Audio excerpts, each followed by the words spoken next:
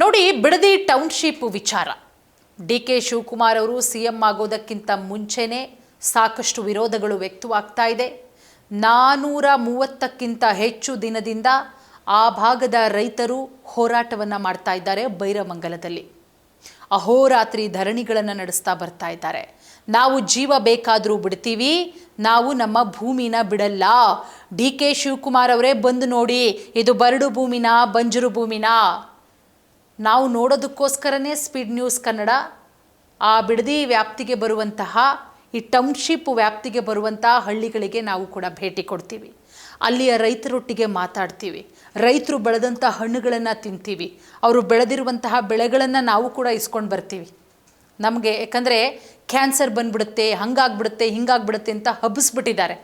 ನಾವು ಹಣ್ಣು ತಿಂದಿದ್ದೀವಿ ಸ್ವಾಮಿ, ನಾವು ಚೆನ್ನಾಗಿದ್ದೀವಿ.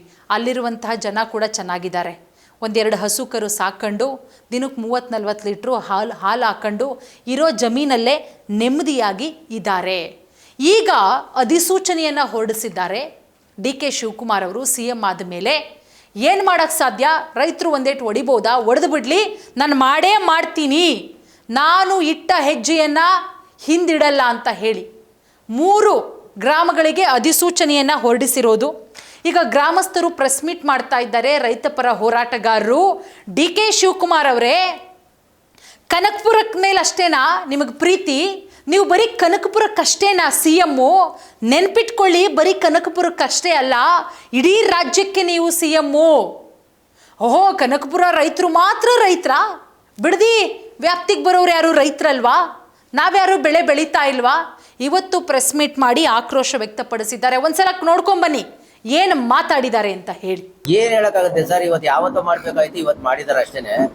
26 ಹಳ್ಳಿ ಗ್ರಾಮ ಬಿಟ್ಬಿಟ್ಟು ಬರೀ ಮೂರೂರ್ಗೆನೆ ಅಧಿಸೂಚನೆ ಹೊರಡಿಸುವಂತ ತಾರತಮ್ಯ ಏನಿತ್ತು? ಅವ್ರಿಗೆ ಅರ್ಜೆಂಟ್ ಏನಿತ್ತು ಅಂತಕ್ಕಂಥದ್ದು ಒಂದು ಪ್ರಶ್ನೆ. ಏನಂದ್ರೆ ಇಲ್ಲಿ ಸಣ್ಣ ಗ್ರಾಮಗಳು ಇವಾಗ ಏನು ಅಧಿಸೂಚನೆ ಹೊರಡಿಸವ್ರೆ 3 ಗ್ರಾಮಗಳು, ಅವು ಸಣ್ಣ ಗ್ರಾಮಗಳು. ಇವಾಗ ಮಂಡಳ್ಳಿ ಗ್ರಾಮದಲ್ಲಿ 70 ಎಕರೆ ಇದೆ, ಒಡೆರಳ್ಳಿ ಸರ್ವೆ ನಂಬರ್ ಅಲ್ಲಿ ಗ್ರಾಮದಲ್ಲಿ 63 ಎಕರೆ ಇದೆ, ಕೆಂಪೈನಪಾಳ್ಯ ಗ್ರಾಮ ಒಂದು ಮೇಜರ್ ಆಗಿ ಒಂದು 387 ಎಕರೆ ಇದೆ. ಅಲ್ಲಿ ಅವ್ರದ್ದು ಇಂಟೆನ್ಷನ್ ಏನಂದ್ರೆ ಕೆಂಪೈನಪಾಳ್ಯ ಭಾಗದಲ್ಲಿ ಪೂರ್ತಿ ಒಪ್ಕೊಬಿಟ್ಟಿದ್ದಾರೆ ಅಂತಕ್ಕಂಥದ್ದು.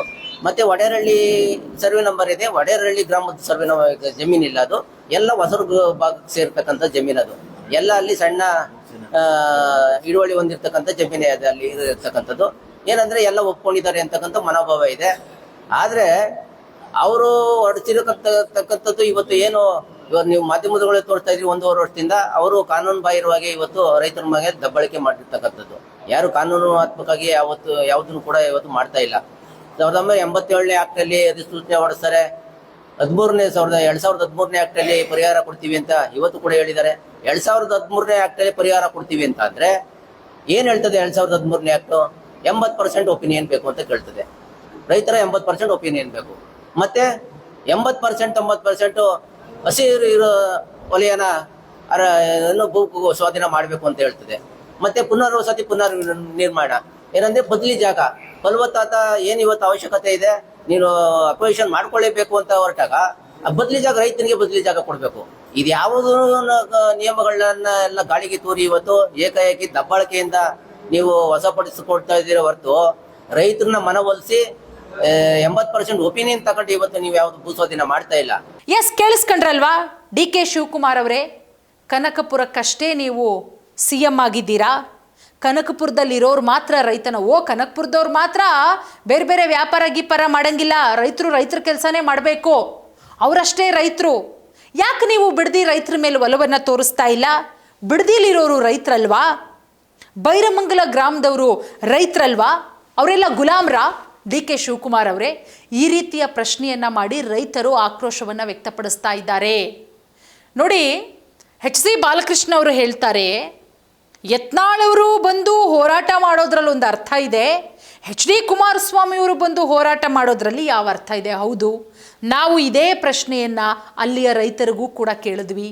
ಕುಮಾರಸ್ವಾಮಿಯವರು ತಂದಂತಹ ಯೋಜನೆ ಅಲ್ವಾ ಇದು ಅಂತ ಅವ್ರು ಹೇಳ್ತಾರೆ. ರೈತರು ಕುಮಾರಸ್ವಾಮಿಯವರು ಟೌನ್ಶಿಪ್ ಮಾಡಬೇಕು ಅಂತ ಹೇಳಿ ಅಂದ್ಕೊಂಡ್ರು. ಆದರೆ ನಾವೆಲ್ಲರೂ ಹೋಗಿ ಅವರಿಗೆ ಮನವರಿಕೆ ಮಾಡಿಕೊಟ್ವಿ, ಸಾರ್ ದಯವಿಟ್ಟು ಟೌನ್ಶಿಪ್ ಮಾಡಬೇಡಿ, ಚಿನ್ನದಂಥ ಬೆಳೆ ಬೆಳೀತಾ ಇದ್ದೀವಿ, ಬಂಗಾರದಂತಹ ಬೆಳೆ, ಎಲ್ಲ ನೋಡಿದ್ರೂ ಬರೀ ಹಸಿರೇ ಕಾಣಿಸುತ್ತೆ. ಒಂದಿಷ್ಟು ಭೂಮಿಯನ್ನು ಕೂಡ ನಾವು ಹಾಗೆ ಬಿಟ್ಟಿಲ್ಲ. ನೀರಾವರಿ ಬಹಳ ಸಮೃದ್ಧವಾಗಿ ಬೆಳ್ಕೊತೀವಿ. ವರ್ಷದ 365 ದಿನನೂ ನೀವು ಬಂದು ನೋಡಿ. ಮಲೆನಾಡಿಗೆ ಹೋಗೋದು ಬೇಡ, ನೀವು ಕೂರ್ಗ್ ಹೋಗೋದು ಬೇಡ, ಬೆಂಗಳೂರು ಸಮೀಪವೇ ಒಂದು ಮಿನಿ ಕೂರ್ಗಾಗಿದೆ. ಸೊ ಇರೋ 10 ಗುಂಟೆ 20 ಗುಂಟೆಲೇ ಹಸು ಸಾಕೊಂಡು 50ರಿಂದ 60 ಲೀಟ್ರ್ ಹಾಲು ಮಾರ್ತೀವಿ. ಮಿಲ್ಕು ಸಿಲ್ಕಿಗೆ ಫೇಮಸ್ಸು. ನಮಗೆ ಕೊಡೋ ಜುಜುಬಿ ಕಾಸು ಬೇಡ ಅಂತ ಹೇಳಿ ನಾವು ಕುಮಾರಸ್ವಾಮಿಯವ್ರ ಹತ್ರ ಮನವಿ ಮಾಡ್ಕೊಳ್ತೀವಿ ಮೇಡಮ್. ಕುಮಾರಸ್ವಾಮಿಯವರು ಅಲ್ಲಿಗೆ ಬಿಡ್ತಾರೆ. ಯಾಕಂದರೆ ಕುಮಾರಸ್ವಾಮಿಯವರಿಗೆ ತಾಯಿ ಹೃದಯ ಇದೆ. ಡಿ ಕೆ ಶಿವಕುಮಾರ್ ಅವ್ರಿಗಿಲ್ವಾ? ಡಿ ಕೆ ಶಿವಕುಮಾರ್ ಅವ್ರಿಗಿಲ್ವಾ ಅಂತ ಹೇಳಿ ಬಿಡದಿ ಜನ, ಆ ಭಾಗದ ಜನ, ಟೌನ್ಶಿಪ್ ವ್ಯಾಪ್ತಿಗೆ ಒಳಪಡುವಂತಹ ರೈತರು ಆಕ್ರೋಶವನ್ನು ವ್ಯಕ್ತಪಡಿಸ್ತಾರೆ. ಯಾಕೆ? ಡಿ ಕೆ ಶಿವಕುಮಾರ್ ಅವರೇ CM ಆಗಿದ್ದೀರಾ. ರೈತರನ್ನು ಎದುರಾಕೋಬೇಡಿ ಅಂತಲೂ ಕೂಡ ರೈತರು ಹೇಳ್ತಾ ಇರೋದು. ಕನಕಪುರದವ್ರು ಮಾತ್ರ ರೈತರ, ಅವರು ಮಾತ್ರ ಬೆಳೆ ಬೆಳಿಬೇಕು, ಅವರು ಹೊರಗಡೆ ಹೋಗಿ ಕಡಲೆ ಬೀಜ ಅದು ಇದು ಮಾರಂಗಿಲ್ಲ, ಅವರಷ್ಟೇ ನಿಮ್ಮ ಕಣ್ಣಿಗೆ ಕಾಣಿಸ್ತಾರಾ? ನಾವೆಲ್ಲರೂ ಗುಲಾಮ್ರ? ಹಾಗಾದರೆ ಬಿಡದಿಯ ಜನ, ಆ ಭಾಗದ ರೈತರು ಆಕ್ರೋಶವನ್ನು ವ್ಯಕ್ತಪಡಿಸ್ತಾ ಇದ್ದಾರೆ. ಡಿ ಕೆ ಶಿವಕುಮಾರ್ ಅವರೇ, HC ಬಾಲಕೃಷ್ಣ ಅವರೇ, ಆ ಭಾಗಕ್ಕೆ ಹೋಗಿ ಒಂದು ಸಲ ನೋಡ್ಕೊಂಬನ್ನಿ. ಬಂದಾದ್ಮೇಲೂ ನೀವು ಟೌನ್ಶಿಪ್ ಮಾಡ್ತೀರಾ ಅಂದರೆ ಓಕೆ ಮಾಡಿ. ಎಷ್ಟು ಸಮೃದ್ಧವಾಗಿ ಬೆಳೆದಿದ್ದಾರೆ, ಎಷ್ಟು ಸಮೃದ್ಧವಾಗಿ, ಏನು ಬೇಕು ಎಲ್ಲ ಬೆಳೆಗಳು ಇದೆ ರೀ. ಅಲ್ಲಿ ಮಾವಿದೆ, ಸಪೋಟ ಇದೆ, ರಾಗಿ ಇದೆ, ಭತ್ತ ಬೆಳೀತಾರೆ, ಅಡಿಕೆ ಇದೆ, ತೆಂಗಿದೆ, ಹೈನುಗಾರಿಕೆ ಇದೆ, ರೇಷ್ಮೆ ಇದೆ, ಎಲ್ಲ ಹಣ್ಣುಗಳನ್ನು ಬೆಳ್ಕೊಳ್ತಾರೆ, ಹಸು ಸಾಕೊಂಡಿದ್ದಾರೆ. ಕೂಲಿ ಕೆಲಸ ಮಾಡೋರು, ಕೂಲಿ ಕೆಲಸಕ್ಕೆ ಹೋಗುವಂಥವ್ರು ಮನೆಗೆ ಹೋಗಿ ಅವ್ರ ಜಮೀನಿಗೆ ಹೋಗಿ ಹಸುಗಳನ್ನು ಕಟ್ಕೊಂಡು ಸಾಕ್ಕೊಂಡು ಸಂಜೆ ಆಯಿತು ಅಂದರೆ, ಬೆಳಗ್ಗೆ ಆಯಿತು ಅಂದರೆ 10-20 ಲೀಟ್ರ್ ಹಾಲು ಹಾಕಿ ಮಕ್ಕಳನ್ನ ಓದಿಸ್ಕೊಂಡು ಜೀವನ ಮಾಡ್ತಿದ್ದಾರೆ. ನೀವು ಕೊಡೋ ಬಿಡುಗಾಸು ನಮಗೆ ಬೇಡ. ಎಲ್ಲೋ 1-2% ಅಷ್ಟು ಜನ ಕೊಡ್ತೀವಿ ಭೂಮಿ ಅಂತ ಹೇಳ್ತಾ ಇರ್ಬೋದು. 98% ಜನ ಭೂಮಿ ಕೊಡ್ತಾ ಇಲ್ಲ ಅಂತ ಹೇಳಿ. ಸೊ ಇದು ಎಷ್ಟರ ಮಟ್ಟಿಗೆ ರೈತರನ್ನು ಕೆಣಕಿದ್ರೆ ಉಳಿಗಾಲ ಇಲ್ಲ. ಹಿಂದೆನೂ ಕೂಡ ಸಾಕಷ್ಟು ಹೋರಾಟಗಳಾಗಿದೆ. ಡಿ ಕೆ ಶಿವಕುಮಾರ್ ಅವರು ಇಲ್ಲಿಗೆ ಕೈ ಬಿಟ್ಟರೆ ಒಳಿತು ಅಂತ ಹೇಳ್ತಾ ಇದ್ದಾರೆ. ಇದು ಎಲ್ಲಿಗೆ ಹೋಗಿ ಮುಟ್ಟುತ್ತೆ, ಯಾವ ಹಂತಕ್ಕೆ ಹೋಗಿ ಮುಟ್ಟುತ್ತೋ ಕಾದು ನೋಡಬೇಕಾಗತ್ತೆ.